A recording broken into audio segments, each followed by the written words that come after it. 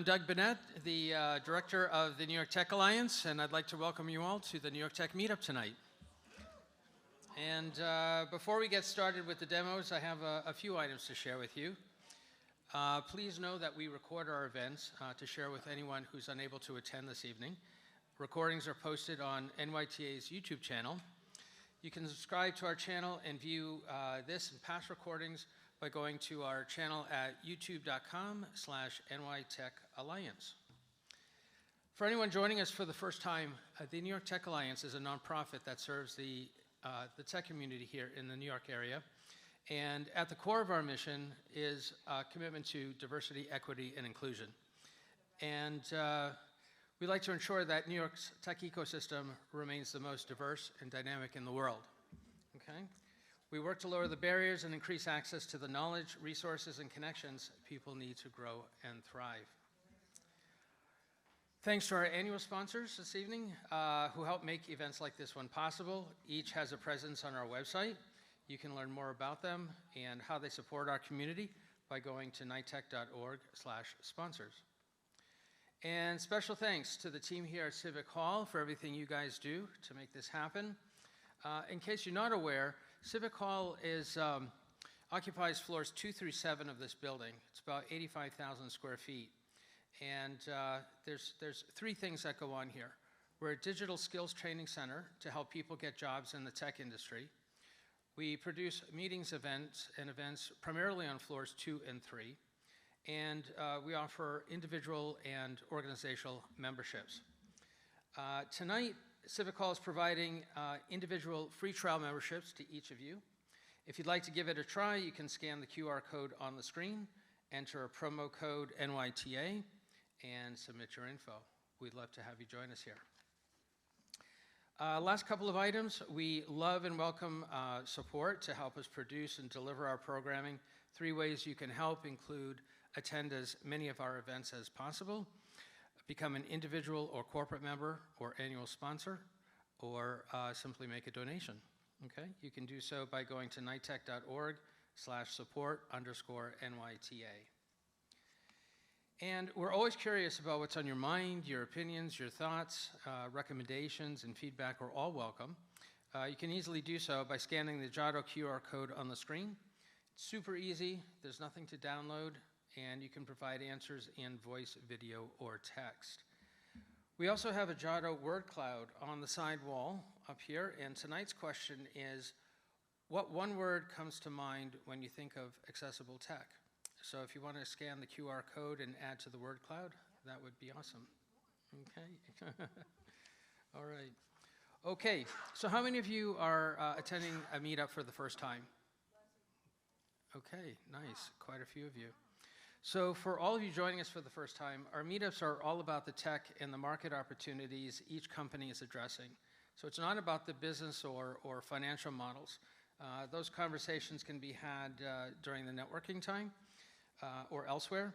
So during the Q&A following each demo, please keep the questions to the tech and the problem or opportunity that's being addressed. Otherwise, you're likely to get booed, okay? All right. And with that, tonight we have partnered with 2 amazing people and organizations. With us is Jean Horn, Executive Director and founder of Give Beauty Wings, and Thomas Logan, owner and founder of Equal Entry. All right. Each will have a few minutes to share info about their respective organizations, followed by an intro to the amazing people who are here tonight to demo their products. Each company will have up to 4 minutes to demo, up to 4 minutes of audience Q&A, and a minute or 2 to pose and ask offer. Okay. And with that, I'd like to welcome Jean Horn, Executive Director of Give Beauty Wings, Chair of the Civic Hall and New York Tech Alliance Board, and a powerful voice and advocate in our community. Jean, thank you for being here tonight.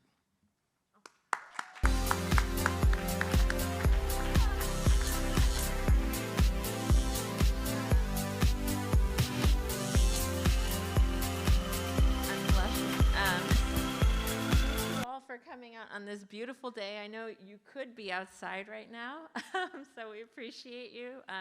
We're going to try to make it worth your time. I know that the technologies and the presenters that we have tonight are just amazing, and I'm so honored to, that's kind of the first announcement that I'm chair of the New York Tech Alliance and Civic Hall, so this is a big deal. But the reason I'm so proud to say that is because I know that it's an organization that truly believes in being an ally to the populations that need technology, but also the developers, the people who are looking to learn and to contribute. And I hope that tonight will not just be something that motivates you to look at other people's innovations, but maybe inspires innovation from you. So a little bit about Give Beauty Wings. It started as a self-esteem program. And so it is, I often wonder, like, how did someone that ran self-esteem workshops end up here? But really, so actually this is a little slide when I worked with AT&T on something called the Connectability Challenge. It was the first kind of foray that I had into the power of collaborative innovation, meaning we had the ability to talk to developers as they were developing. For 3 months, we got to ask them questions that they might not be thinking of in a vacuum. Like, is it battery operated? How long does the battery last? Is it waterproof? How practical is it? So I got to see how we made each other better. If you're a developer in this room, you have skills that the disability community needs. So I was really thrilled for 3 months to get to see, we had over 400 entrants, and we were able to give away $100,000 to Worthy Tech. So again, and I think the Give Beauty Wings connection here is, it's all about putting our beauty to action. I'm a public speaker, but if all I do is speak, then what are we really doing? And I also think the fact that this is for Global Accessibility Awareness Month is so key. And I think on that note, if it's okay with you, Thomas, I'm going to call up someone, if we can get the next slide. What is Global Accessibility Awareness Day? Well, I think there's no one better to answer that question than one of the co-founders who flew in this morning from Newark just to be here. Jennison Asuncion. Okay. Thank you.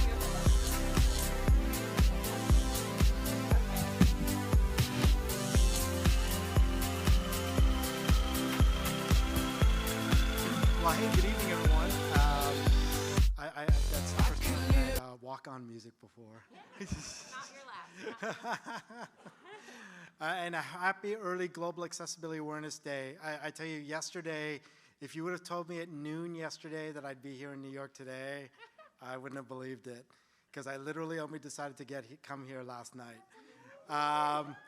But anyhow, real quick, so back in 2011, I was working in digital accessibility, and I was trying to figure out some inventive ways to get everyday technologists, designers and developers interested in the concept. So I ran my own event back in Toronto, where I was living at the time, and the idea was you offer people free food and they'll show up. And they did. And so we had this event, and I was just thinking of some other things. But there was this one day in November of 2011 when I'm on the then Twitter, and I came upon this tweet, and it said that accessibility needs to go mainstream now with developers, or something to that effect. And it was a blog post by someone who I didn't know at the time. His name is Joe Devon. And he basically bemoaned the fact that developers knew nothing about accessibility. They didn't know what a screen reader was. And he basically called to action. He said there needs to be a day, an international day, a global day about accessibility. So I read this post, and I went, wow, this is perfect. And I responded to the post, and long story short, we finally spoke, and here we are 14 years later, and on the third Thursday of May of every year, we have something called Global Accessibility Awareness Day. And if you grab your phone and go to accessibility.day, You can read all about the different events that are happening all over the place, but essentially it's a day for us here in this room, because all of us here already know about the technology and we understand how important it is. We understand how important accessibility is, but there's a whole world of technologists who don't know anything about it. And so it's a day to get out there, whether it's an event or whether you just take a technologist out to coffee and talk to them about what technology you use.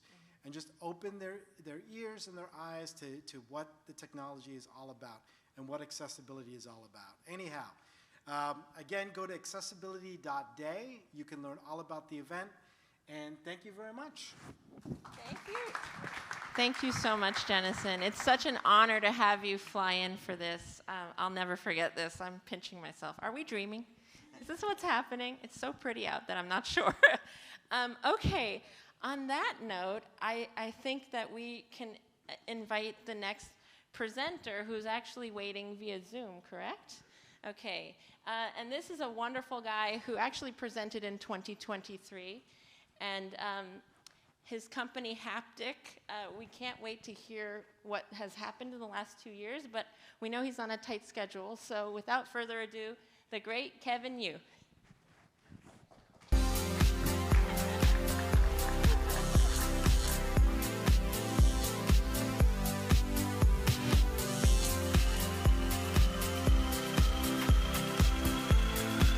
Hey, Kevin. Hello. Yay, we can see you. Okay, perfect. Can you hear me okay? Perfect. Can you hear us? Yes, I can. Beautiful. Okay. Welcome. Thank you so much for having me. It's fantastic to be back here. And I'm very excited to tell you about what's been happening at Haptic. And Jennison, you flew in all this way. I'm so glad you came through. Really great friend. I'm just glad to be here.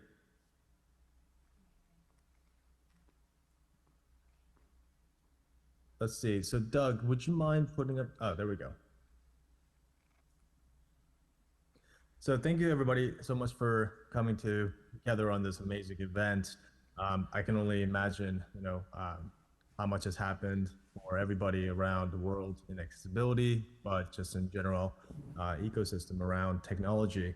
So from then, I'll just kind of start off from the beginning of the origin story a tad bit. I started my company back in the day in college when my friend lost his sight, Marcus Engel, from a car accident. And since then, I've been working on a navigation tool utilizing vibrations to provide the independence and freedom back to his life. And through that journey, we were able to now work with some great companies like Google. And I'm excited to share the story. Next slide, please. So at Haptic, we are creating a universal language through touch. And the reason behind that personally was through Marcus. But once after I learned more about the ecosystem, there's about 2.2 billion people in the world living with some type of vision impairment. So that was a great knowledge that we were able to understand and share with the world to build upon this. And with Haptic, we're creating the languages based on vibration frequencies. So what started as notifications can evolve a lot into different categories. So I will get more into that as we talk about this. And one major element of visual computation, auditory computation, which has evolved quite significantly, but vibrational understanding of information has still been very stagnant. So we do want to change that as part of our mission. Next slide, please.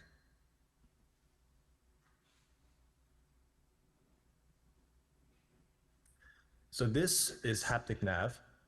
Since the years ago of inception, I was able to now get a bunch of different types of IP, patents mainly, around vibrational frequency and amplitude change that gives you a very minute sense of accurate orientation. So as you can see in this demo, as a person is moving off the pathway, there's a bit of a red beads that are formulating. And then as you come back to the right pathway, you understand that the vibration suddenly stops. And that's enough to understand the directional information. So that's really where we're focusing on in the first basis and beginning to license this technology to other companies like Uber for vehicle identification all the way down to general navigation. Next slide, please. So if you use the app today, it's a free app in the world. Just type Haptic Nav on the App Store, and it's available for all the different countries around the globe. And we've influenced people's lives, not just a simple, nice to have feature, but truly a fundamental technology that has really impacted individuals. So in Africa, we go to Kenya and to Ghana, partner with blind organizations, to lighthouses, National Federation of the Blind, etc. And we promote the technology as a tool that anybody can use. At the same time, for large corporations and also in indoor navigation, as it becomes more unlocked, we're able to provide the technology for them. Next slide, please. So this is Marcus Engel. He and I have gone through a lot of journeys together, but this is us at our office in New York, in Brooklyn. It's an indoor navigation and also outdoor navigation solution that he's able to use in order to also even find friends.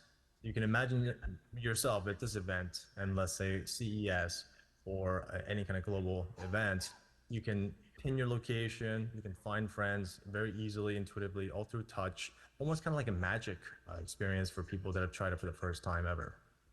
Next slide, please. And now we understand that the European Accessibility Act is coming into play in June 28th. This is an opportunity for us that we've been kind of waiting for a while. So with map providers like Mapbox and Google beginning to integrate and use our technology, one of the main data points that we have is that Haptic Nav is able to increase accessibility by 90% in general navigation.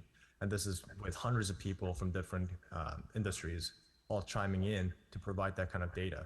And our app is, again, free for everybody in the world. We want to keep it that way and make sure that a tool like this really exists out there without any kind of payment systems. Next slide, please. So at the recent events of South by Southwest, I gave a panel talk there, and I invited Uber, Waymo, Chief Business Officer, and also Lighthouse board member. And we were able to discuss the future of transportation mobility together, which was very exciting. And then just recently of this year, I was in Barcelona for the Mobile World Conference, where we were acknowledged as the finalists for the Tech for Good sector. And so with this, we're able to really make the message a global one, right? It's definitely focused on accessibility as the core component of our mission, but a lot of investors, right? A lot of people in the world talk about it as, what can I do with the tech? Can I climb, Mount Everest with it? Can I, bike with it, etc. So this is where we get to, increase the conversation into a global one. And now we're working with Eric. I want to announce this today. We're going to be producing an amazing content with them. He's the first blind individual to climb Mount Everest, and we'll be doing some projects with them for the future to make more history. Next slide, please. And as I talked about the data, this is a very important element. So we were just invested by AARP. So age tech has been a growing industry for a very long time. It encompasses practically everybody. We're all going to get older. We're all going to lose our sense of sight and hearing and etc. in some shape or form. So as people adapt to new tech, we're understanding that people do prefer haptic feedback for information communication over, let's say, auditory and visual cues. So this is a really important element to all discuss, maybe potentially together into going into the future. How are we going to interact with technology, and how are we going to adapt into it for the future of our kids and of our aging lives? Next slide, please. So as I briefly kind of mentioned before, this is when things became very real for us. We did make history by guiding the first blind runner in the New York City Marathon, and that's what got us on the map. And with that, we were able to leverage our technology into other categories and verticals where we can tap into the ride-sharing industry specifically. Waymo has already adapted into using vibration frequency for vehicle identification. That was all thanks to us, and we want to adapt that into Uber, to Lyft, and different systems as well. And within public transportation, we see a lot of opportunity there to grow, as well as with general map providers of Apple Maps and Google Maps. This is where we potentially have the biggest pipeline to touch the lives of many people. Next slide, please. This is the future of haptic feedback. So the reason why I changed the brand from WearWorks when we used to create wearable technologies to haptic is because now we get to produce a lot of different types of vibration information, not just for navigation, but for gaming and for health and for meditation purposes, etc. The future of what we are creating is called haptic AI.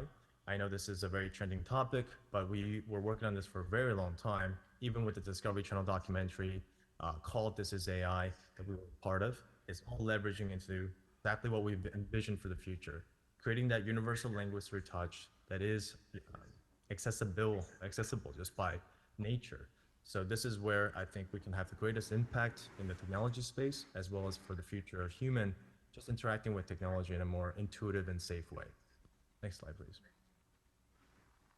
And I just want to end it here and just say thank you again to everybody for coming to this event, and for Doug doing an amazing job getting the fantastic founders and entrepreneurs to join in. And if you do scan this QR code, you can try out Haptic Nav to find people anywhere in the world and feel your way around the city and town. So thank you so much again, and I'm so glad to be here.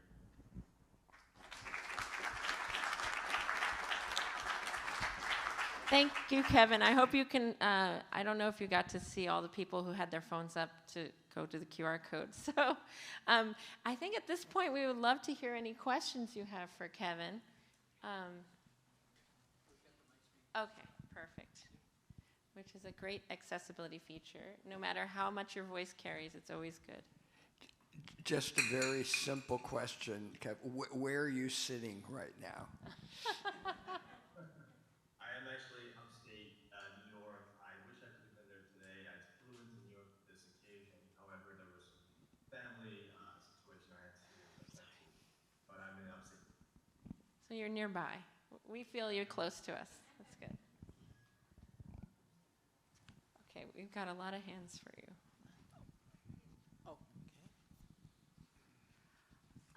Hi, Kevin. Quick question. So the Accessibility Act that you mentioned sound very interesting. Do you think that may happen in the future for the US, hopefully? That's a great question, and the simple answer is yes, it has to. There is the ADA, Yeah. the American Accessibility Association, which has been doing similar things to the European Accessibility Act. So what I'm really just trying to do as an individual with a tech company with focusing on accessibility is to provide and double down on the European Accessibility Act, work with European companies, event spaces, and indoor navigation tools that are finally unlocking some potential for us. Taking that data, as we also saw with AARP and Google, individuals, blind employees, etc., putting them all into a very, very cool bundle and showcasing it as an opportunity for American companies and government leadership. So by doing so, we can say, hey, look, this is working, and it's also changing lives of many, many people, but it's also globalizing it, right? We can take this tech and apply it to any single category and make it better in so many different ways. For ride sharing, it's directly tied to KPIs, a better set. For map providers, it's a competitive edge and a marketing potential against Apple Maps and Google Maps. For government use cases in public transportation and military uses for veterans. Bless you. That we're talking to. So I do believe that we can bring this into the US in a more serious way. Yes, we have administrative issues, but I feel like we have the chance here with the European Accessibility Act to take that data and to apply it in 2 years we have. Amazing. Great. Next question? Hey, hi, this is Varda. I'm a design researcher, so my question comes more from that point of view. This seems like a really great app, and once I think people are on the app or any product, they must be finding it useful. But I'm assuming there is the onboarding would be more challenging, like getting people to actually install the app, getting their data, and then actually starting to use it. Have you felt such kind of barriers, and how do you get over them? That's a fantastic question, and yes, I have been facing that for many, many years. I think it's just the muscle memory of it all, right?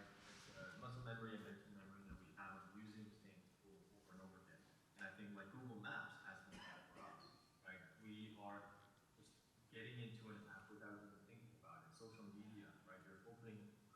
around without even noticing it.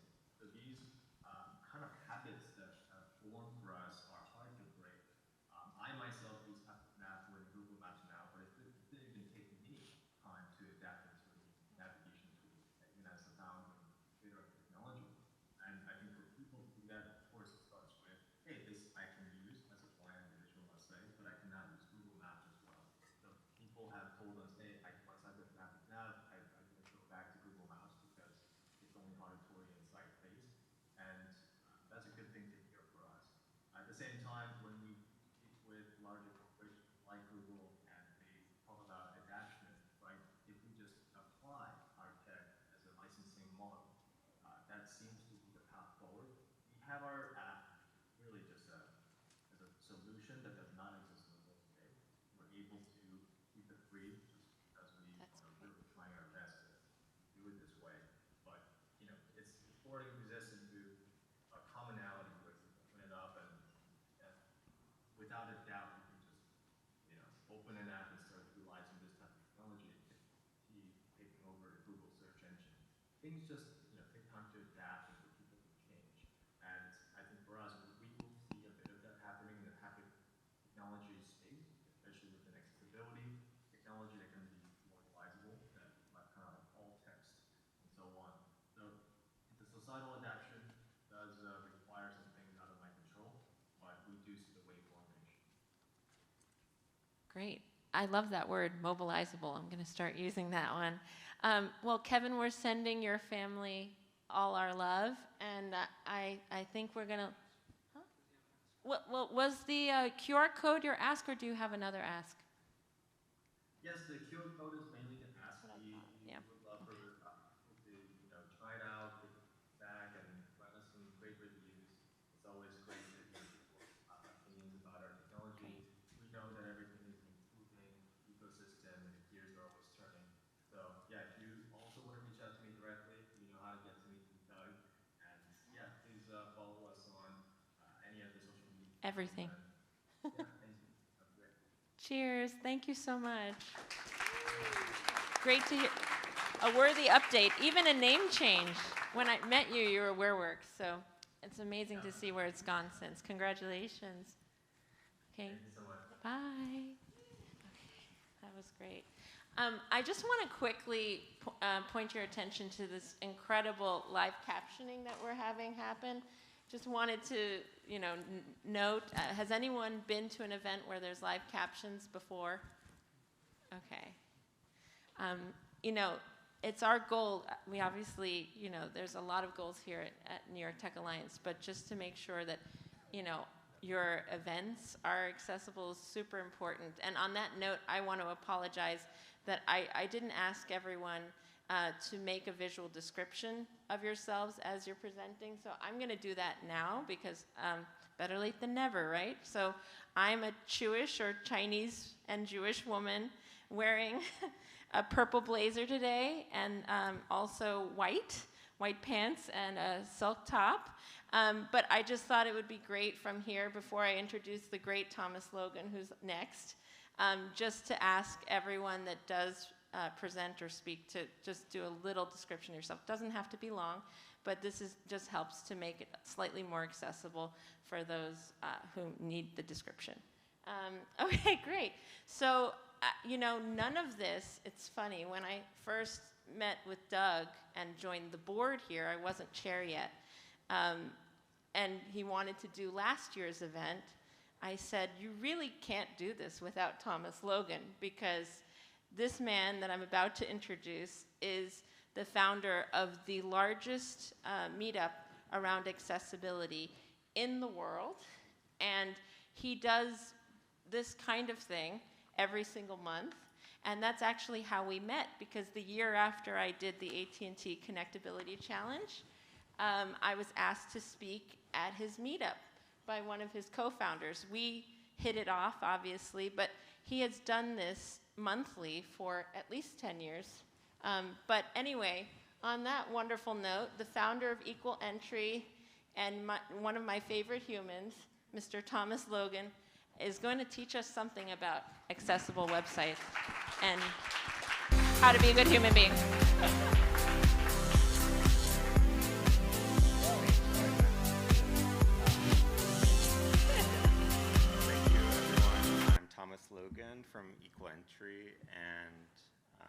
special evening for me. I'm so honored to get introduced by Xian, and thank you, Doug, for having me at this event.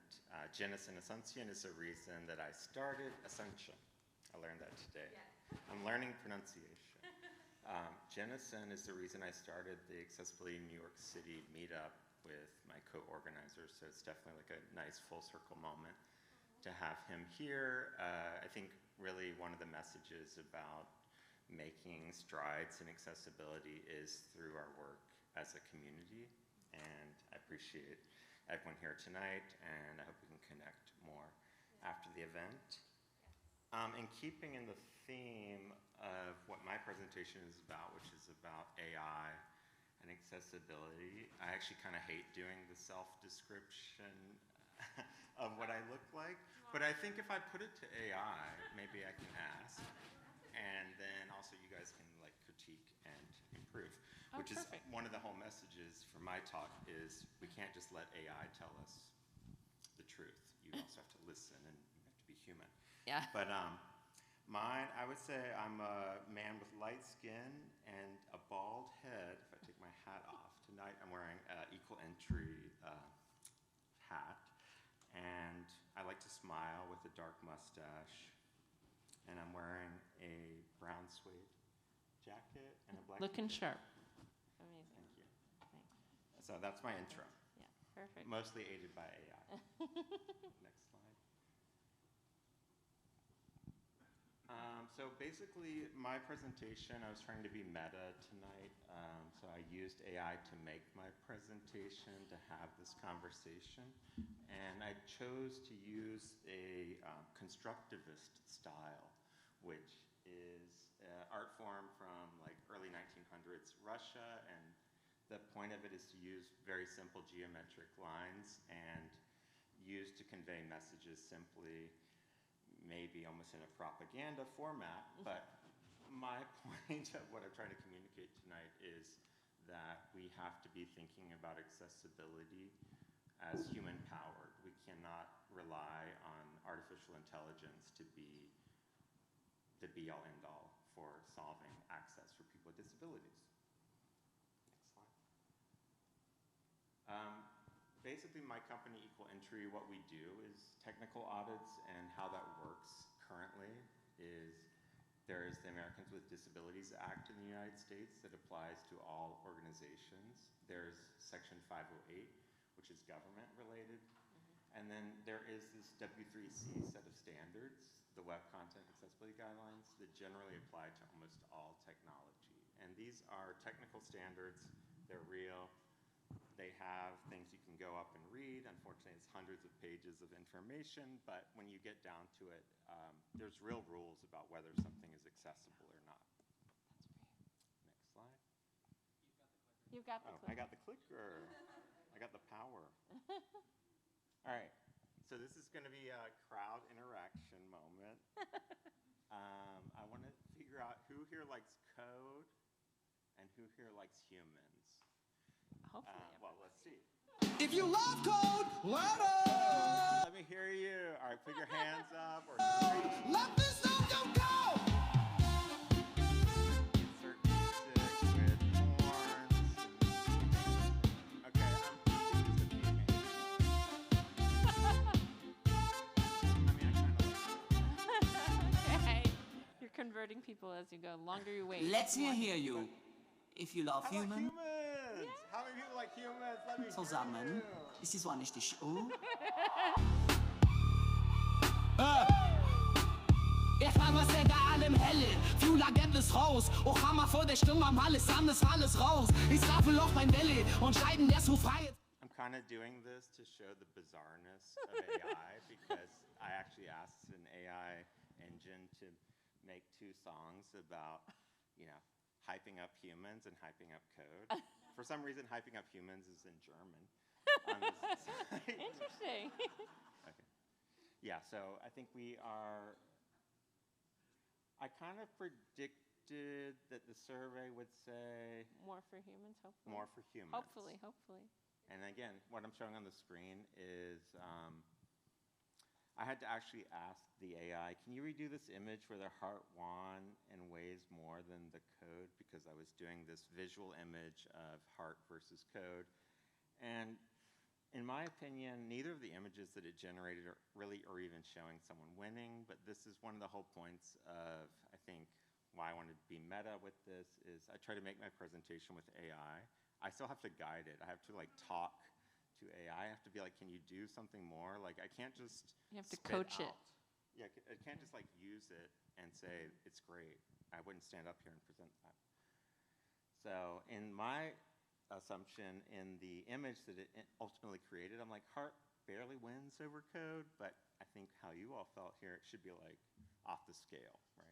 People were liking humans more. And this is applying into technology. There's a company called Accessibility. It's just one example, but they like to say that they're a web accessibility game changer. It's AI-powered web accessibility solution, automatic, simple, affordable.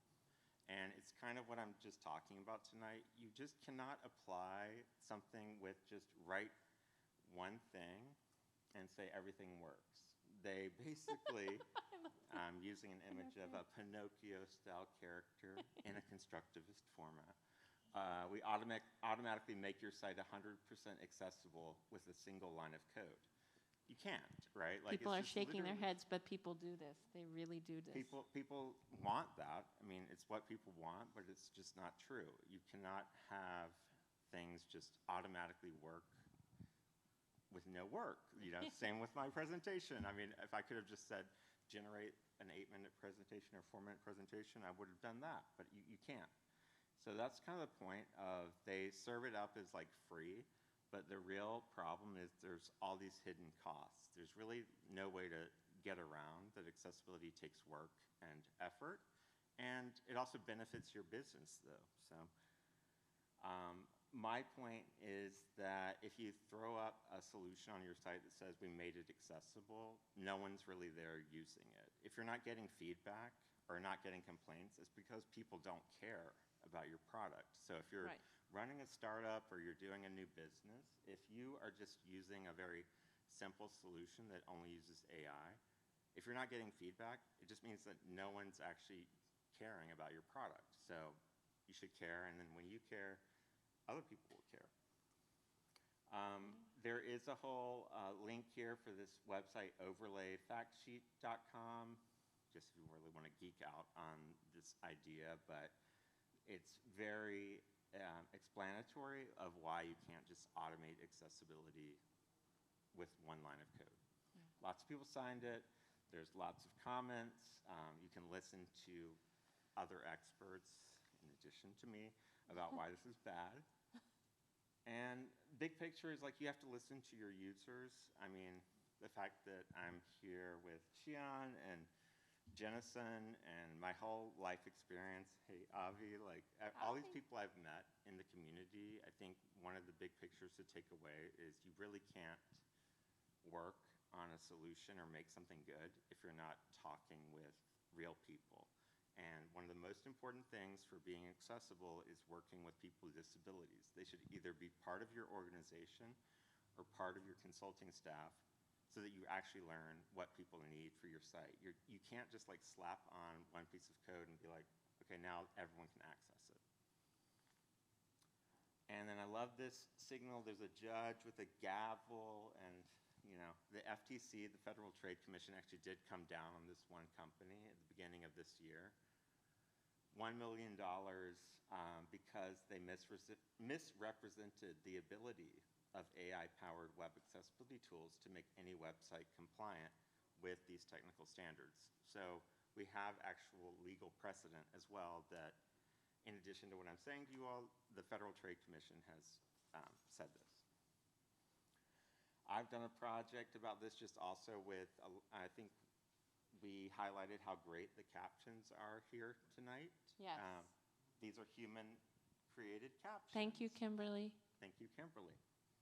And on the screen, I'm showing one of the examples that we worked on my website at Equal Entry was if you say the phrase, I bought 10 tin cans, AI or, you know, different tools can get confused by that. They might think you said, I bought 10 tin cans, I bought 10 pen cans, all kinds of permutations. So that's one of the examples of, even as AI improves, you can never avoid that you need to have a human involved. And finally, like with my company, what does auditing look like? It's actually a process. You know, it does take work. As I said, you can't just slap on a piece of code. What we do is look at what your product does, and we go through the steps that it does, and we make sure that they work for people. And we create a list of issues, so it's not just put on one thing and it works. Our process is actually giving you a set of issues on the screen. I'm showing there's actually 35 issues on what I'm showing on the screen, and we've categorized them in different severities. But for example, on the screen, there's 10 blocking issues, which would mean that these 10 issues will actually stop someone with a disability from using your site, and they're very important to fix and address, and that's what matters to me. So my ask, in kind of a Soviet constructivist style with the laborer, is if you care about accessibility, have a conversation with me afterwards. I really care about this. I would never be saying AI is totally bad. I use AI, but you have to think about how do you make your site or your technology accessible. I'm having those thoughts, and I've had a whole career in this space, and if you are interested in like applying it to any domain, I'm interested to talk to you. Yeah. Thank you. And Thank you can you. get me on LinkedIn.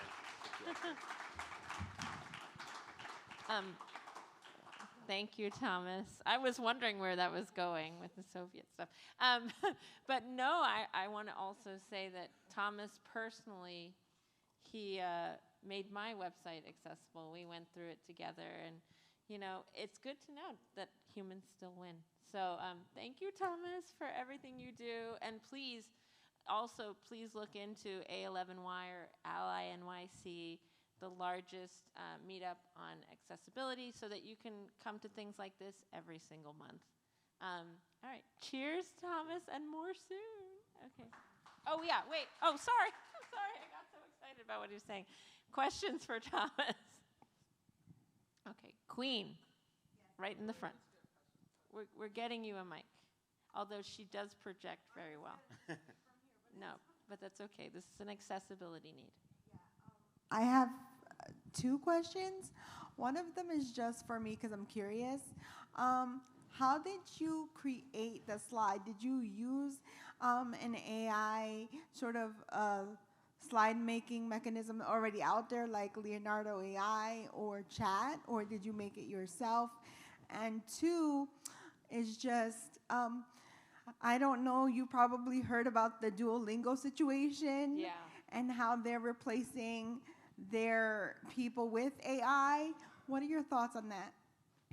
Sure.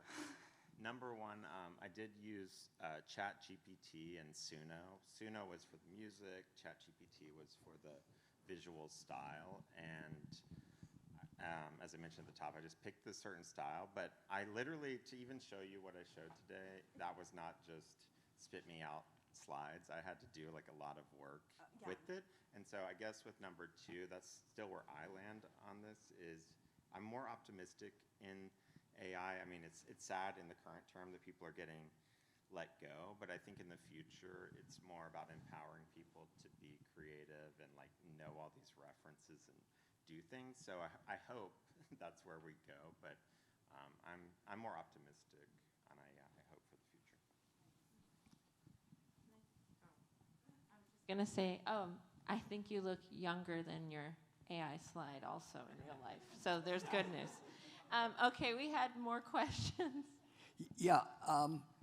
How many of the world's languages are being applied to all of this AI and adaptation?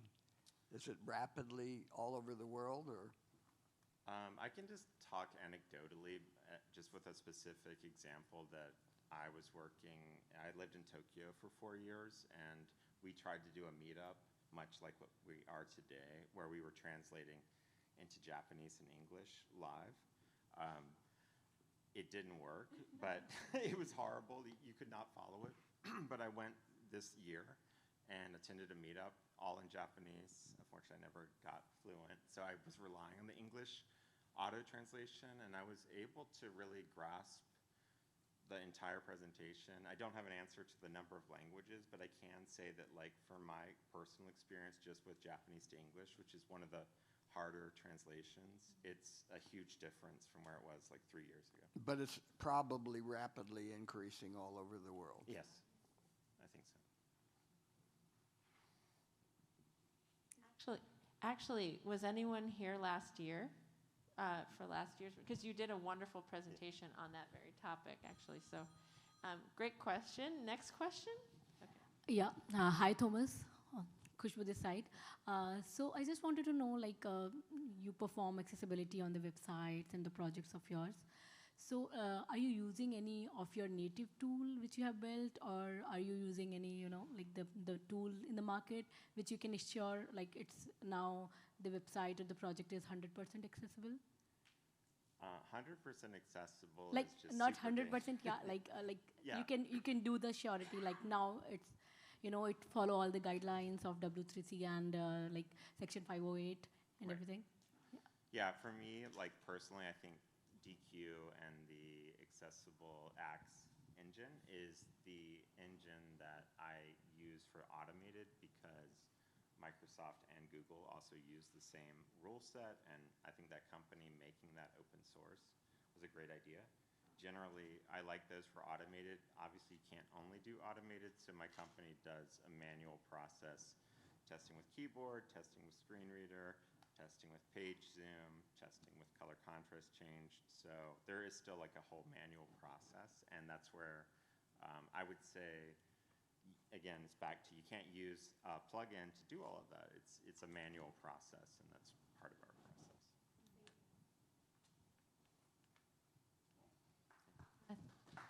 Thank you. There's my communist propaganda. Is this your ask offer? Okay. My ask offer, though, is just talk to me afterwards if Yeah. you're interested, and I can work with you on any technology you're doing. And you were very gentle with it, but the truth is that many companies have been sued because they've been guaranteed that they're 100% accessible if they pay $50 a month for this one line of code, and then they're shocked when they're, you know, taken to court. So, you know, if doing the right thing is not enough for you, let the fact that it's illegal also motivate you. It's But fraud. hopefully, because most people said they love humans, they're just going to love to talk to Thomas and actually make their websites accessible. Thank you, Thomas. Love you.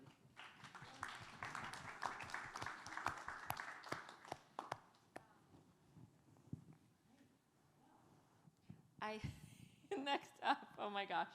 Okay. Next up, we have another one of, I mean, it's actually just a favorite human parade for me today.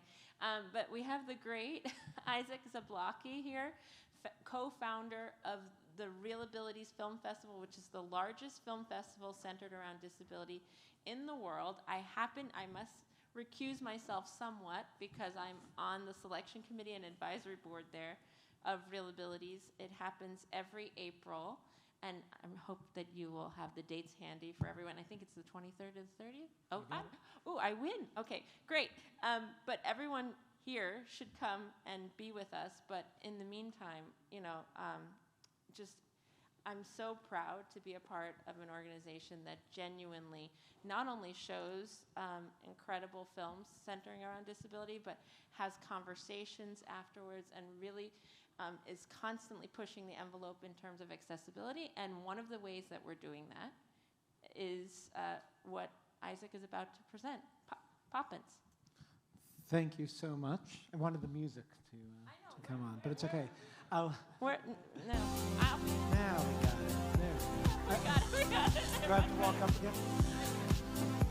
Giving you an award right now. You did by that introduction. Thank you, Sean. Not biased at all.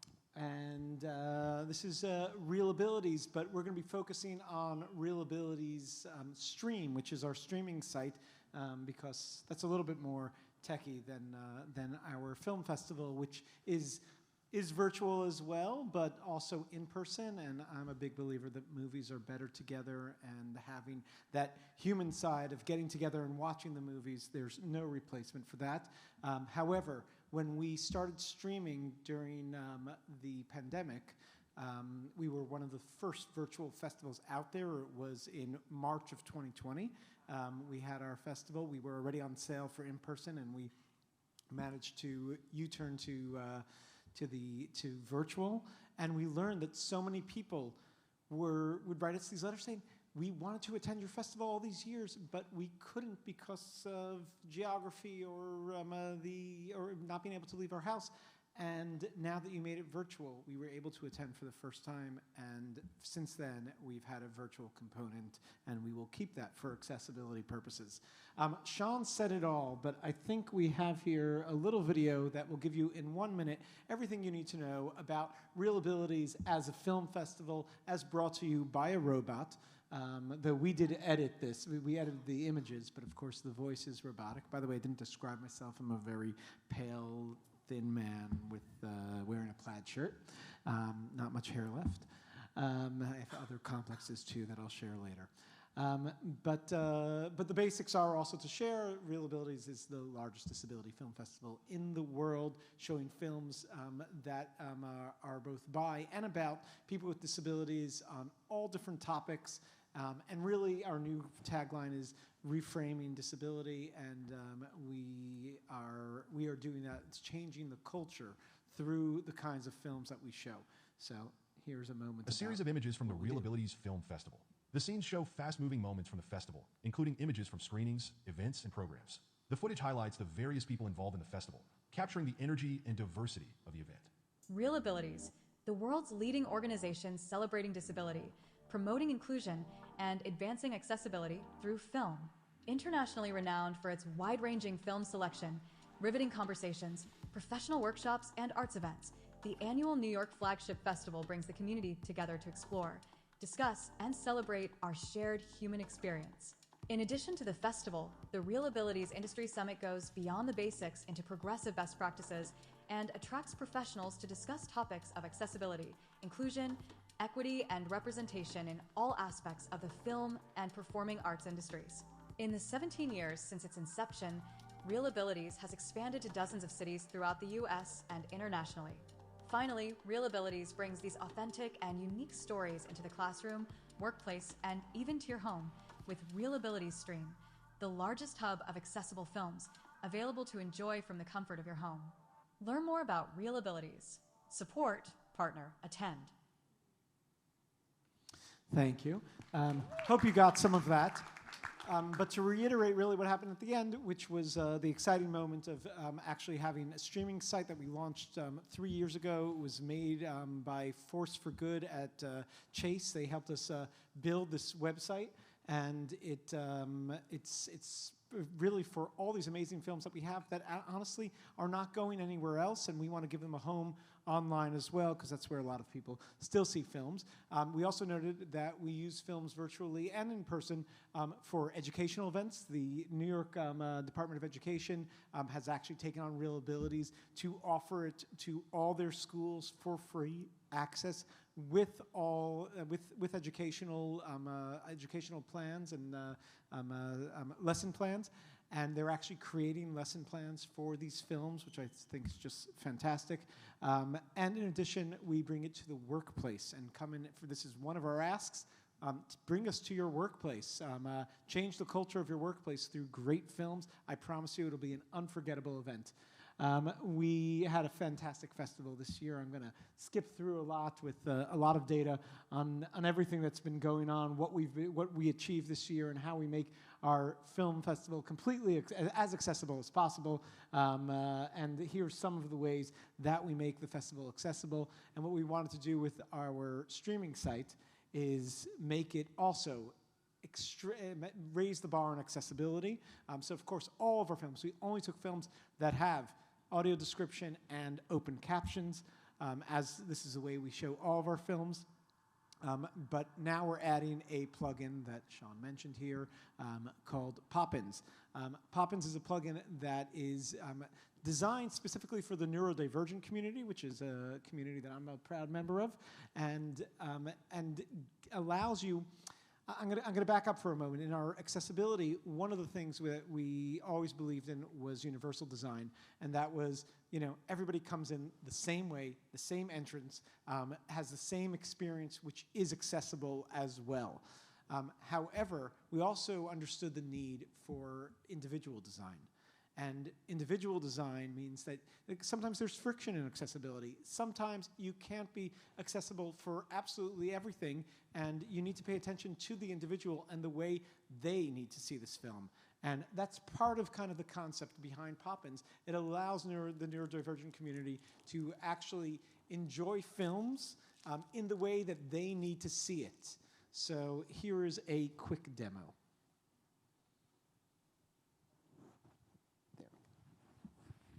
Reelability Stream is proud to introduce Poppins, unique video accessibility interface aimed at accommodating a variety of sensory processing preferences. Poppins' innovative plugin allows viewers to make color adjustments. Users can filter out a color channel that makes them feel uncomfortable or turn the video into a cartoon or line art. Users can also change the saturation levels all the way to black and white or spotlight a specific area to keep focus on a point of interest. Poppins also offers a way to place the content in a familiar and comforting frame, such as a flashlight, billboard, or an adjustable TV viewing angle. All intended to provide neurodivergent viewers total control over the optimal viewing experience, opening up a whole world of content exploration.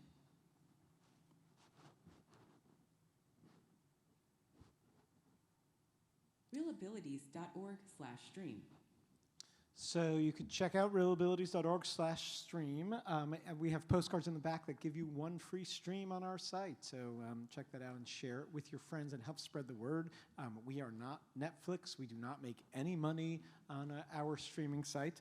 But what we hope we do is to not only show great content, which I think is really what makes Reelabilities a success, but also to do that in an accessible way, and that's something that Poppins is just one more level of accessibility to put in there to make the viewing experience as individual as possible. And I think that's all. Please, our ask, please support us. Please check out our films. Go see films in the theaters, and of course, we need a lot of tech help too. We're really behind. You might notice when you go to our streaming site, it's a little bit slow. You have to be patient with this one. So anyone who's helpful with that kind of stuff, we'd love to hear from you. Thank you very much. Yes. I still resent that video doesn't include De Niro. De Niro came at the height of COVID in 2021 to our opening night. No, but also I thought it was great. You presented your panel at the industry summit that we had, and major streamers are now interested in Poppins as well. So it's so wonderful to see that you're an industry, And honestly, we're looking to change the industry. That's part of it. This is not just, it's one thing to have Poppins for the Reelability site. We don't want to keep it for Reelability site. We want everybody to actually implement this kind of accessibility. We are not hiding this technology. Being fair about it, but it's something that we want everybody to actually have access to. And with all these technological developments that are going on, we're trying to support all the players out there to make all of it more accessible, and whatever tools we can find, we will share with the world. Okay, so any questions? Yeah, I have a question. So my daughter is a neurodivergent actress in a couple of acting groups. Do you guys produce some of the content, or do you connect some of these actors and actresses with those filmmakers? So we're primarily an exhibitor of film. We show movies. However, this has made us a major resource for anything disability film related. So we definitely connect, are constantly putting on our social media and in all of our communications information about casting, about crew calls, and it's an area that we're developing. We also have a whole industry summit about making films and how to make films more accessible. And a part of that is about hiring an accessible, a more diverse cast and crew. So we definitely work with that. We also help support films being made. We have a pitch competition, a rough cut competition, and have been supporting, I'll tell you probably on a daily basis, I have a call with filmmakers who are looking to do things either right or better than they're doing things, and we try to support them through the process to make films in the right way. And I happen to know, didn't you connect one of the films with Hulu distribution? I'm going to do it for you because you wouldn't say that. But no, and we gave also during the industry summit $10,000 to help someone finish, the winner. That's our rough cut pitch prize. Yeah. But just important to mention that there's real money involved, not just the nice idea, you got an award and that's it. So we definitely want to get all of our films as much distribution as possible and help with that process, not just with Hulu, but beyond to really every format. So our films, so these films get back out there so people see these films. Great. Any more questions for Isaac? Oh, Thomas Logan, our fellow presenter. For audio description specifically, are there any titles that stand out of doing exemplary job? Because I feel like that's one thing I'm always looking for, just like good best practices. I personally find, audio description, it's a really interesting one. Like that one, like we show things with open captions, but we don't show it with open audio description. We use, that's an also technological development now that there's all these audio description apps basically that you can listen to the audio description for a certain film on your phone. It syncs up with the sound in the room. It's brilliant. But not everybody does audio description well. This is something that there's different philosophies about. Some say more. I'm personally a believer in less, say less, though what Netflix sometimes does as an audio description is a man walked into a room. That was it. That's all that happened there. But I will give you one great example. We recently hosted an event with the Squeaky Wheel, which is a comedy group. They write stuff, but they also actually have because they have some Canadian connections, they were actually able to produce a TV series. And they baked in, we asked them for audio description, and they said, it's baked into the script. And I was like, show me this. Like, I watched that. I didn't notice that. Everything within the script gets described. So you're talking to somebody and they just happen to mention everything that the viewer would need to know to get a picture of what's going on there. And I find that to be absolutely brilliant and a method that people should be using in their screenwriting. Thank you. Great question. Anyone else? Okay. All right. Thank you very much. Thank you so much. Please join us in April and connect with Isaac, connect with me, whoever, we obviously, it takes a village. And as we talked about before, it's collaborative innovation. So we may need something that you can offer that you can do that we don't do. So let's work together. Okay. All right, thanks, Jen. Back to you, Doug. All right, so I'd like to introduce our next demoer. With us is a wonderful member here at Civic Hall, a company called Transfr. Mark Steelman, who is Senior Product Manager, is going to join us. Transfr helps students and job seekers find well-paying career pathways through modern workforce education technology, including virtual reality job simulations. Welcome.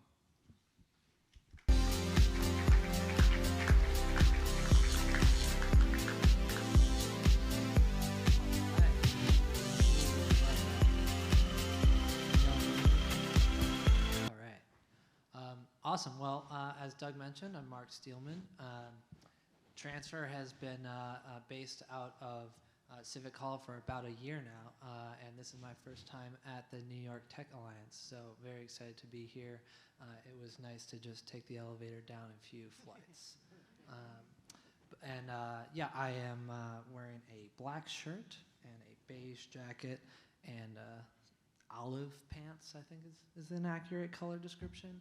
And And I'm not wearing it right now, but later this evening you will see me wearing a virtual reality headset at multiple occasions, and I'll be talking about a little bit about that. So yeah, and I think I have a clicker here. So let's see. Okay, awesome. So yeah, tonight I will be telling you all a little bit about Transfr and what we do, and how we approach workforce education, as well as how we think about accessibility. So yeah, our mission is really to help people find jobs. Simply put, we want to do everything that we can to make people from all around the world, from all levels of abilities, find employment, find a career path that suits their interests and where they are in the world and their abilities. And yeah, we've been around since 2017, and at this point we're in almost every state in the country. And yeah, we're using a slew of different technologies to work on this problem of helping people find their right career. So there are many, many job openings in the country that are unfilled, and there is a general problem of a skills gap in that there's many jobs available, but not that many people with the actual skills to fill those jobs. And also a bit of an awareness problem in that many people don't realize which jobs are out there. And so how do we figure out this awareness and job skills training problem? So we really think about 5 key stages of supporting learners from classroom to careers. So that's career awareness, career exploration, then career preparation, career training, and then career placement. And I don't have a ton of time to dig into these, so I'm going to fly through these to talk about how we're approaching accessibility. We have a product called Trek that really focuses primarily on career awareness. So it helps you navigate what careers are out there, matches you with careers based on your interests. And then we also have a virtual reality product where you can put on a virtual reality headset and see what it's like to actually work in these different occupations firsthand. And then we also have different resources to help you plan, okay, I'm interested in a certain career, but how do you actually make a plan to get the skills you need to get a job in that career? Yeah, and we have a number of training simulations. We cover a bunch of different verticals, and we have, I think, almost 400 different simulations of jobs at this point in our library. But how do we do this in an accessible way? The short answer is it's hard. So we actually work with Equal Entry to help audit our products, and we've worked closely with Thomas and the team to try to figure out how do we make accessible virtual reality experiences, and also how do we help people with disabilities get employment. And so I'm going to talk a little bit about our 2 main areas that we've worked on. So captions in virtual reality. This is not something that there's well-established standards for, right? In web and video, these have been around for a long time, and there's very established standards of how to do captions right. But that's not the case in virtual reality. And how do you, if you're trying to train someone what it's like to work on a cell tower, the construction of a cell tower, how do you provide them captions while they are climbing a cell tower, while they're moving around, looking in different places? This is not easy. So we've come up with a solution that we've worked with Equal Entry to test that we feel at least gives this option, but it can always be better. But yeah, this is something that we are having to navigate ourselves in terms of how do we build a system for this. Pick up the There's a video in the deck. If you want to check out what that actually looks like, feel free to check it out, and we have materials on our website as well. And then another area that we've worked on is mobility, and so making sure that people with different disabilities or different mobility restrictions can still experience our product. And so we have a system for height adjustment to make sure that no matter what height you are, the scene adapts to you also, if you stand up and you're sitting down and then you stand up, you can actually adjust the scene.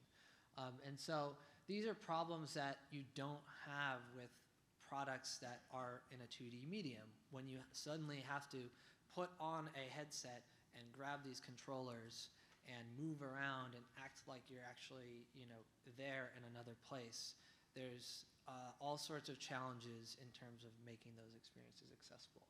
So yeah, that's a little bit about Transfr and what we do. I'll say that we have many unsolved problems.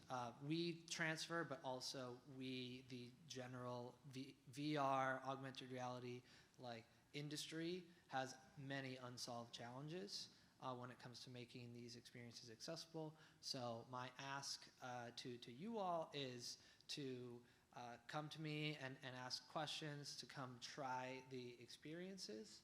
I have a headset set up in the back after the presentations. And we would love any feedback that you can give on our product, how we can make things more accessible, and how we can work on this general challenge of making this new technology accessible. So thank you so much. Thank you. Any questions for Mark? Oh, didn't want to think about it, Queen? Okay, right in the front we have a question.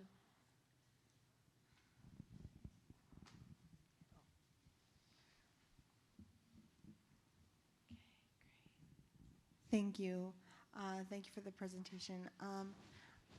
My question is there any age restriction in becoming part of Transfr as someone who can benefit from your services? And if not, I would like to apply. Thank you very much. Sure. I don't have a very specific, what our minimum age is, but I can tell you we have a number of customers that are middle schools and high schools, especially our our Trek product, which houses our simulations that allow you to explore different careers out there. But we've also had elementary students at different points use it. I don't know I believe we do have a reading level that we target. I could follow up on that specifically, but in general, we try to make our content accessible to a wide range of ages, but primarily middle school and above. Any other questions? Other questions?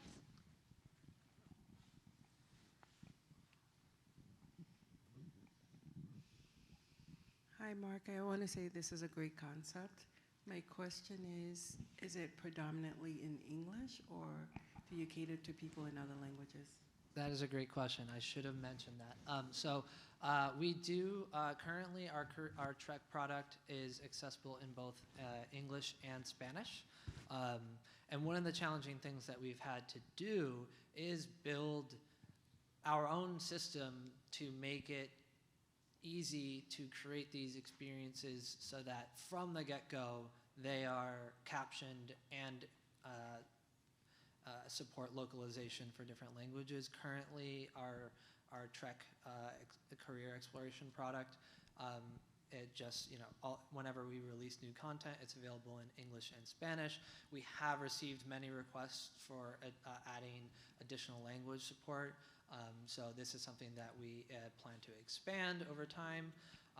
But yeah, it's interesting because part of the challenge is because the concept of the screen space with captions is very different. You're not just you don't have a fixed screen space, right? It's where people are looking. So when you have different languages, the length of text changes, and that introduces challenges. And you also have the actual objects in the scene. So you're in a virtual world, right? So when you pick up a drill, for example, right, that you need to use as part of some construction job, right?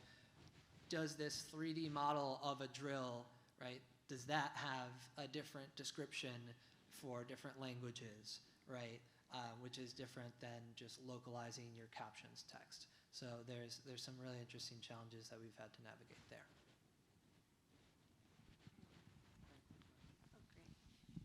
We've got a question on the left. Hi there. I just got connected with a superintendent of a VOTEC school in New Jersey. I was wondering if you're doing any work with VOTEC programs, because it seems like it may be applicable for that. Yes. Short answer is yes, we do. Yeah, vocational jobs is definitely an area that we focus on. So we work with schools, government workforce programs, nonprofits, really like any organization that is trying to, one way or another, help people gain, real world skills. Yeah, but I'm happy to talk more about that afterwards. And yeah, we do have sort of representatives in the tri-state area, including New Jersey. Great. I saw we have a question in the back. Hi, my name is Carlos. Do you guys have it available, a feature similar to Pop-ins in this VR platform? Because I saw some construction-related things, and I used to do electrical work. Now I'm in the tech space, and well, I think we can all guess if you put the white wire and the black wire together, you get to see the stars, and yeah, it's not very nice. But so how things like that, is there tools that kind of differentiate colors for people who maybe can't differentiate them? Yeah, that's a great question. At the moment, Transfr does not have that.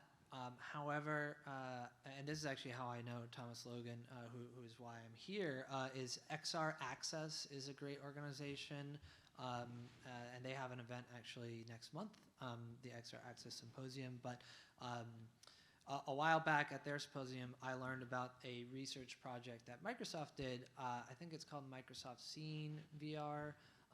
But there have been research studies around how to build technology like pop-ins, but for 3D virtual spaces, right? So it becomes challenging, right? It's one thing if you just have a video, a 2D image, but if you're trying to translate, different color options for a 3D space and for a display that is VR goggles. The actual display, the screen works differently. The way color and light and everything comes to your eyes is different. So there have been interesting research studies on this topic. But again, this is an area where I would say there's been investigatory work, but well understood standards that, and something that, it's not something that is just, here's how you integrate this with Transfr's product. There is no, that's not something that's well established. So I would say it's definitely an area we'd love to explore down the road, but there's a lot more of the groundwork that still needs to be built in order for Transfr and other companies in the virtual reality space to be able to offer that kind of solution. Thank you so much. Great. I love how it's all connected. You're here in the New York Tech Alliance and Civic Hall space, but also connected to Thomas. And this is the thing, accessibility, the family is small and growing all the time. So this is, I always say this is like a family reunion, but the family gets bigger every year. So welcome to the family, Mark. Thank you for that. That's great.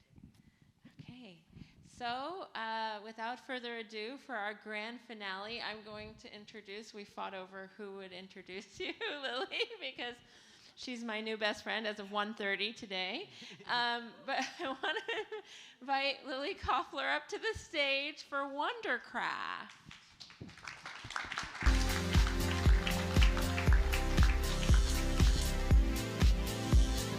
Welcome. I'm going to break the social norm. Take the microphone. I'm a bit fidgety as a kid. I'm sorry. Thank you. Thank you so much for having me here. It's a pleasure to be here. A lot of good-looking people in the audience tonight wearing cool stuff. I wish I could describe literally anyone except myself, but here we are. So I am wearing black shoes. I am wearing sort of black flowy pants with a bow. A white silk shirt that's kind of loose fitting, and hair that I lovingly describe as she's not fooling anyone blonde. So you can use your imagination for how we got like this as a family. And I have with me my emotional support, a cup of water. Okay. Our story at Wandercraft starts 15 years ago, where something truly remarkable happened. A company right here in the United States, a robotics company, developed a device, a robot, that was fully self-balancing, fully autonomous, and was able to walk, navigate its environment, jump, do all of the things that, that a walking person could do as an autonomous device. At this time, two of our founders, both of whom have family members with a rare degenerative disease, those family members navigate the world with the help of assistive devices, in their cases a scooter and a power chair, sort of looked at each other and went, really? You know, like they've developed this amazing technology, and what are they doing? They're dancing in YouTube videos, they're waving, they're high-fiving, and the two of them, both of whom are robotics engineers, thought to themselves, we can develop something different using this, right? Amazing technology, fundamental sort of industry-shifting stuff, but we can think of a different use case. So now, just about 15 years later, here is where we are. Hi, I'm Nicolas Simi. I'm the co-founder and chairman of Wandercraft. When I was a child, my brother was diagnosed with a rare degenerative disease. As we grew up, I watched him lose the ability first to run, then ski, and finally walk. On the other side of Paris, I was confronted with the same question from my son. He was 5, I offered him his first wheelchair, and he asked me, Dad, you're a robotics engineer, why don't you make a robot that would help me to walk again? In the US alone, more than 300,000 individuals are living with spinal cord injuries, and nearly 800,000 suffer strokes annually. And while there are other standing and mobility aids, like walker and crutches, these devices are often completely inaccessible to those with limited upper body and arm strength. Unlike other exoskeleton and walking aids, we use advanced artificial intelligence to help mimic the human walking patterns without the need for external balance mechanism. Put simply, it means walking again totally hands-free.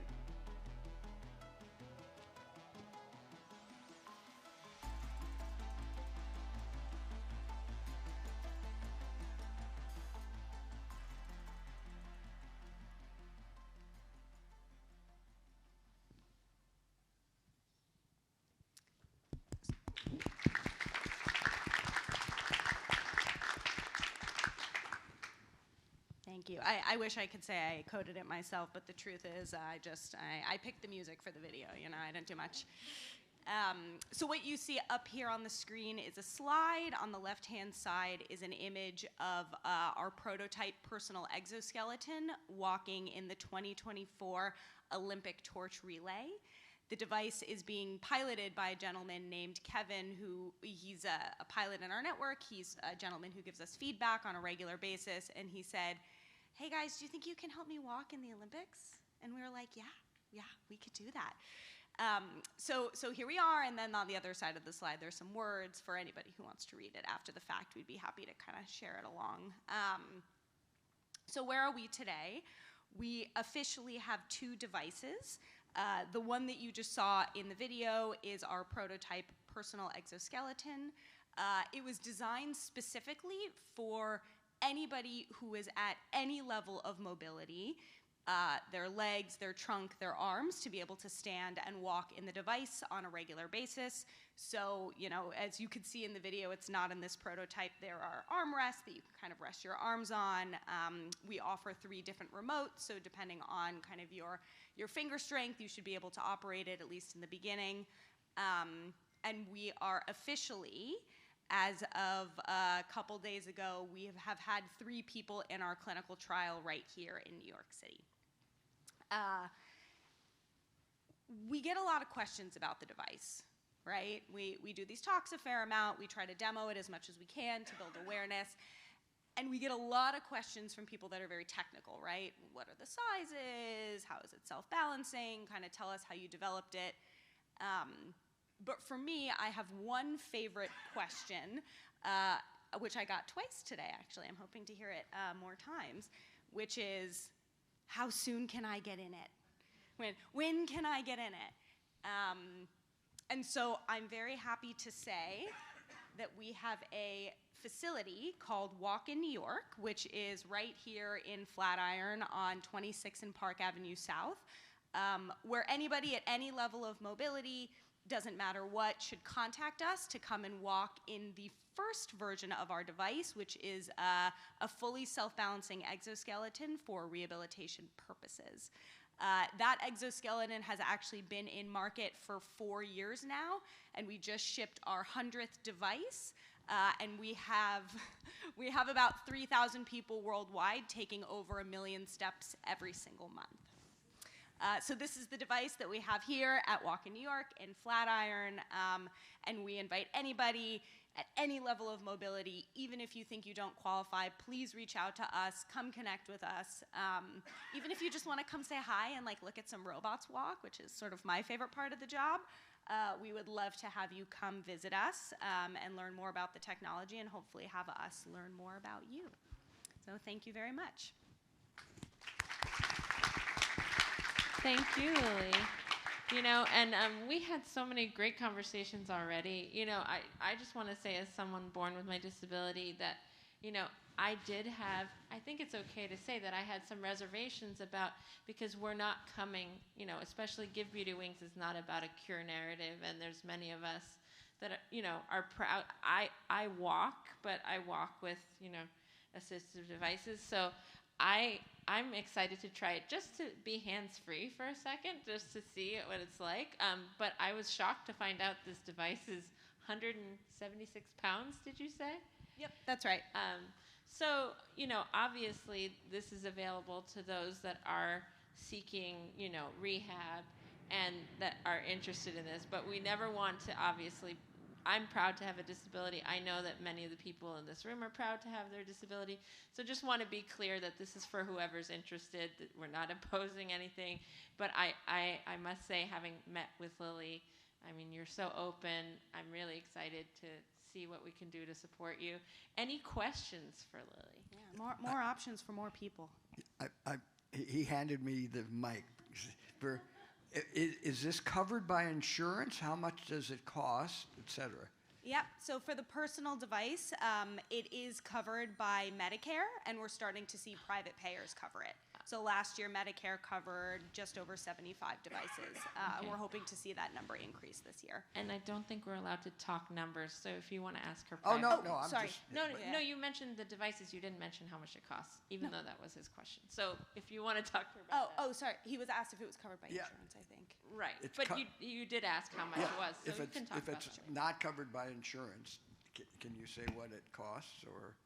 I think I'm allowed to discuss that after the fact. Okay. Not going to boo anyone, but we're just going to say next question.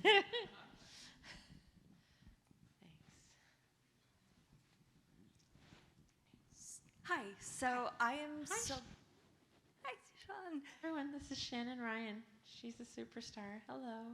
Hi, Shannon. Hello. Thank you for the glamorous introduction, Sean. So I am so blown away from this device, but as I was watching this presentation, I couldn't help wondering, and it's completely okay if you're not at liberty to disclose, but are there plans to create a model for above-the-limb amputees who could potentially use a, you know, abbreviated, more involved version of this model? Sure. So can you be more specific? I want to make sure I'm properly understanding your question. Those who are amputees above the knee who do not qualify for prosthetics. Okay. You know, I got that question recently at Abilities Expo. Actually, somebody was asking it. We are actively working with them and their care team to see how we can make it possible. Currently, where the weight bearing is basically at the knees and at the hips, right? So you don't have to have mobility for the device to operate, but you do need to be able to bear weight. That becomes a discussion between us and the care team. We're hoping that we won't have to make fundamental changes to the device to include that population, but the roadmap has basically any iteration you can think of to be able to get as many people in as possible. But we do get that question a fair amount. Thank you. Yeah, thank you. Okay, next question. Thank you so much for this. So real quick, I do have a spinal cord condition. I'm doing way better now, but I did use a cane and whatnot. Sure. One of the things that affected me most was weakness. Mm-hmm. And it comes to mind people with MS, for instance, that they have weakness. Sure. How would it be possible for someone with MS to be able to use the device, or is work in progress, I want to say? Yeah, for the rehab unit, absolutely. So we are FDA cleared for MS in the US, and we have the CE mark as well for a number of indications. For the personal device, the way that I see it, or the way that we think about it, is it's a medical device, right? It's prescription, and so it's a discussion between you and your care team as to whether or not you would qualify a prescription. What I can tell you, knowing very little about you, is that you are exactly the kind of person that we would want to talk to about to see if it's right for you. But you should come check out the rehab unit, because actually, if strength is what you're looking to work on, that's exactly what the rehab unit is good at. So come on by, say hi. We'll have lunch. Yeah. Hey, hi. So actually, this is like a follow-up to MS. Sure. So basically, in MS, a lot of time it progresses, right? And oftentimes patients do not know what it's gonna be like. So one day they're just losing their balance. Maybe second day their feet start like it's foot drop or stuff like that. So does the exoskeleton adapt to changing needs, or like how much of the onus is on the user or the patient, and how much is it like self-regulating or controlling? Sure. So both devices are 100% self-balancing. So it doesn't matter how much kind of strength or muscle tone you have. You should be able to get in it if your bone density is good enough and your morphology fits the device, right? You have to be able to fit in. What I can tell you is we are working through that discussion now of what happens when the weight changes, right? What happens when the morphology changes, or if the strength that you have increases or decreases. We're working through those. From a go-to-market perspective, it's fully self-balancing. So the hope is that what you're describing shouldn't be an issue, but I can't guarantee that, right? We're still in clinical trials, and we'll still be looking forward to feedback from the market once we get these in the hands of real users. Right, but I guess there is hope. I really love the concept. Thank you, yeah, for sure. Queen, last question. Can we keep it short? Okay. No, this is an accessibility need, dear. Yeah, I know you can project. By the way, guys, Queen was in my very first iteration of the Give Beauty Wings self-esteem program before it was a nonprofit. So full circle. Queen. Yes. I wasn't sure because I'm not sure if I saw it in the video, but can someone who is in braces or has anything on their legs still use this device and be fully able to use it as it's intended? Sure. So I'm not going to speak as if I'm a physical therapist or an occupational therapist. From my personal experience, you don't need the braces while you're inside of the device, because it does carry your full weight. Great. Thank you so much. Thank you, everyone. This was epic. Doug. All right. Hey, a big round of applause for everybody. Really appreciate. So this is the time where we invite folks up to communicate their own Ask Offer. If we could get that next slide, please. Thanks.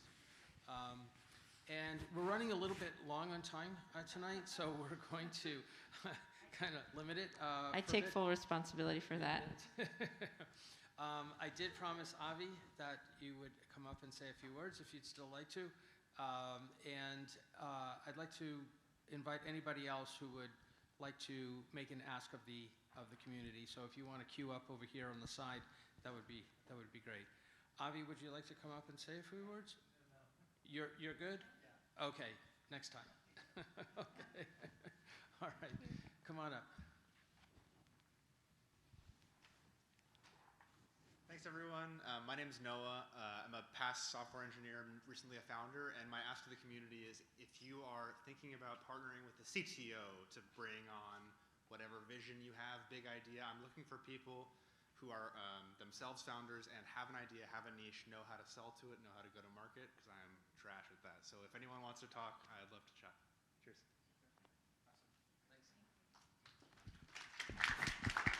Come on up.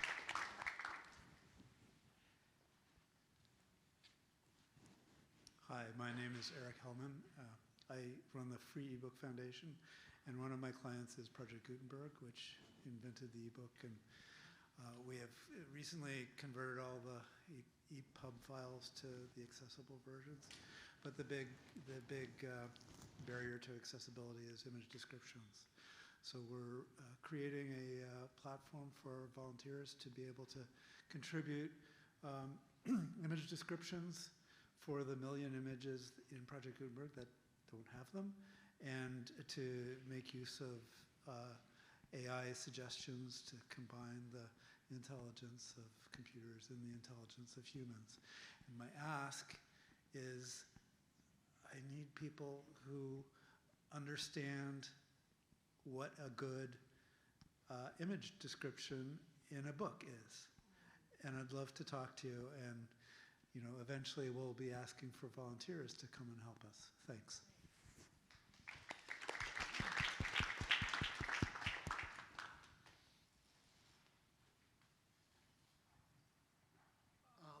Hi, my name's Jeff Paul. I'm the co-founder of Zeotag. We're one of the sponsors here. And what we do is we make educational training videos accessible to everybody by using AI to create a table of contents so you can find out what's inside those videos. So we work with people like Georgetown, Gonzaga, North Carolina State. We have a very exciting project with the Blind Institute of Technology. I don't have any customers in the New York area. I would love to have some, and some partners. So if you work in an educational group or a training group and you've got standard training videos that you'd like to make more accessible, I'd love to help you. You can reach me. I'll be in the back of the room. Thank you. Thank you so much.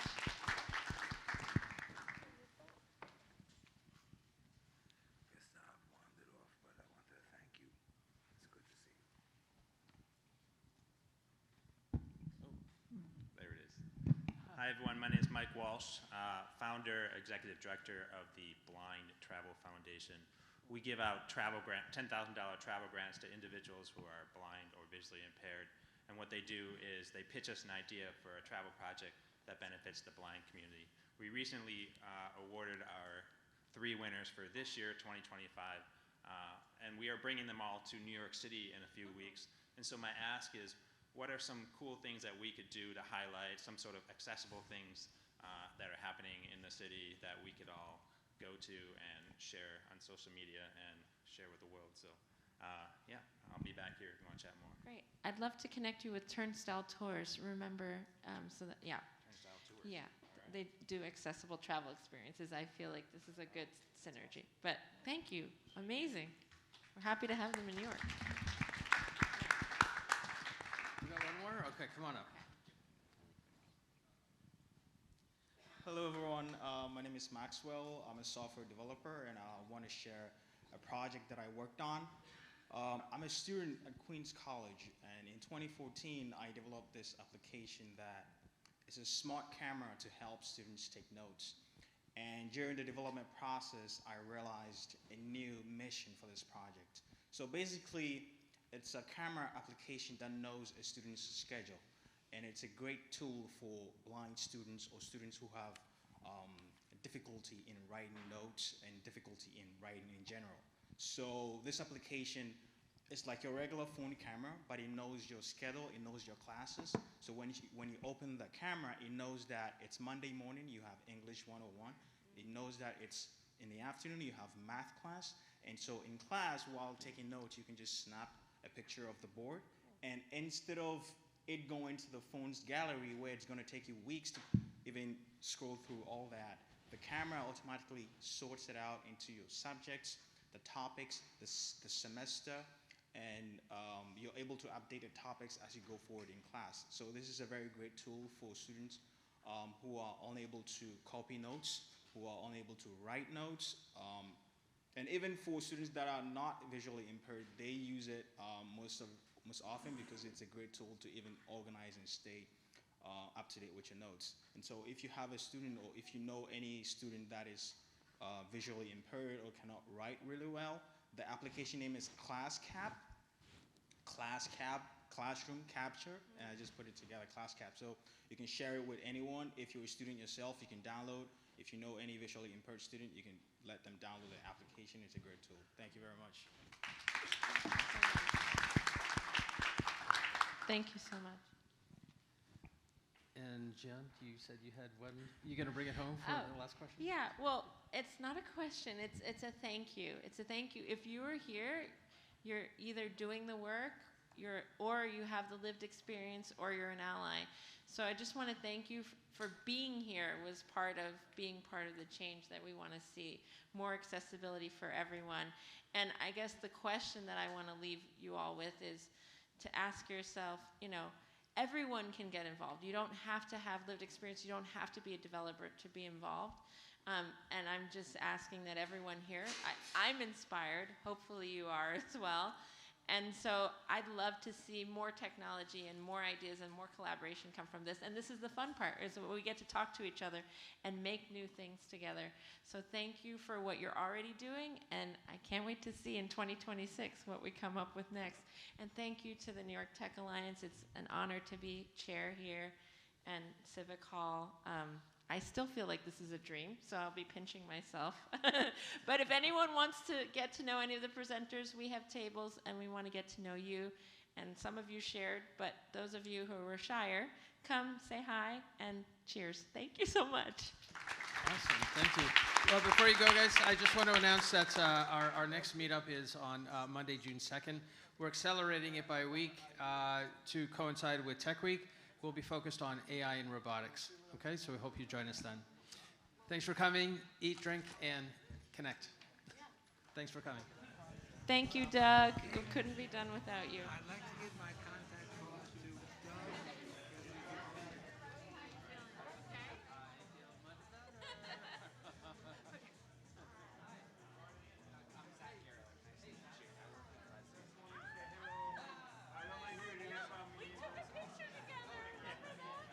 I think it was from A11Y after that. Yeah. I remember. Wow. And you know the NYU folks, right? I know. I remember. It's great to see you. I want to take another picture with you. I want to take a picture with you. I want everyone.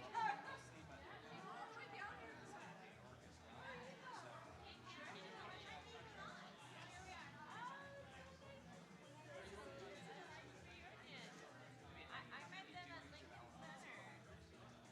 Yeah, these are my very detailed notes. Yeah, thank you. Forgot I was holding hostage. Yeah, this was fun. Thank you for being here. Oh, wait, can we take a group shot? That's what we did last year. Oh. Yeah, hold on. I'll go on the mic. Yeah. Hey, also anyone who wants to take a group shot, we'd love to take some pictures so we can remember this forever. Where should we congregate? In the back. We originally did it on the chairs last year, but yeah. Well, anyone who wants to be in the group shot, just come to the front, okay? And Definitely, I think every presenter that's still here, it would be great if you could come up.